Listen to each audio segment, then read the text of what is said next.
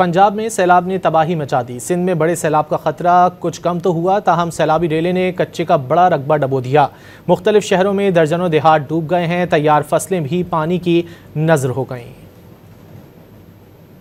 گھوٹکی کے کچے میں سیلابی صورتحال برقرار ہے۔ کشتیوں کے ذریعے نقل مکانی کی جا رہی ہے۔ کچھ لوگ اپنا سامان سروں پر رکھے گھٹنوں پانی سے گزرنے پر مجبور ہو گئے۔ سیلابی پانی مسلسل موجود ہونے سے بیماریاں بھی پھیلنے کا خدشہ ہے۔ کوٹری بیراج پر آج شام تک پانی کی سطح میں مزید اضافہ ہونے کا امکان ہے۔ انتظامیہ کے مطابق کوٹری بیراج سے اس وقت درمیانے درجے کا سیلابی ریلا گزر رہا ہے۔ جام شوروں کے مختلف علاقے سیلابی پانی کی لپیٹ میں آ گئے۔ 200 سے زائد دیہات ڈوب چکے۔ متاثرین کے ساتھ ان کے مویشیوں کو بھی کشتیوں میں منتقل کیا جا رہا ہے۔ سیون میں سیلابی ریلا آگے بڑھ رہا ہے۔ سیلابی پانی سیون کے قدیمی لال باغ میں بھی داخل ہو گیا۔ قبرستان، گھر اور فصلیں زیر آب ہیں۔ پانی سڑک کے تقریباً برابر کی سطح پر بہنے سے گزرنے والے مسافر پریشان ہیں۔ نواب شاہ میں آمری پل کے مقام پر 4.5 لاکھ کیوسک سے زائد پانی کا ریلا گزر رہا ہے۔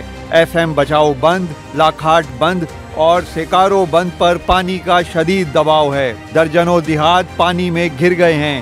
مکینوں کو شدید مشکلات کا سامنا ہے۔ فصلیں تباہ ہونے سے متاثرین کی پریشانی بڑھ گئی۔ سیلاب زدہ علاقوں سے لوگوں کو نکالنے اور انہیں محفوظ مقامات پر پہنچانے کی کوششیں جاری ہیں۔